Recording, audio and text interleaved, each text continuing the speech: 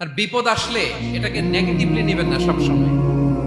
বিপদ আপদ এটা অনেক পজিটিভ ভালো জিনিস আমাদের জীবনে বয়ে নিয়ে আসে।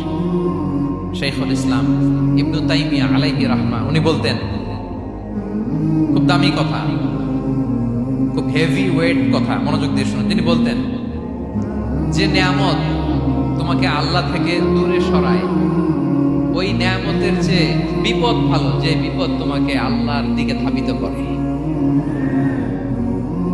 আই রিপিট, আমি আবারও বলি, যে নাজ নেয়ামত তোমাকে আল্লাহ থেকে দূরে সরিয়ে দেয়, সে নাজ নেয়ামতের চেয়ে ওই বিপদ আপদ ভালো, যে বিপদ আপদ তোমাকে আল্লাহর কাছে টেনে নেয়। তাহলে বিপদ আপদ আসলে আপনি হতাশ হবেন, আর কখনো দুঃখ করবেন? মুয়ারের ভাইয়েরা, আর মন খারাপ করবেন? আপনি খেয়াল করে দেখেন, বিপদ আসলে আমরা আল্লাহরে ডাকি বেশি। যখন অসুস্থ আপনি খেয়াল করেন তো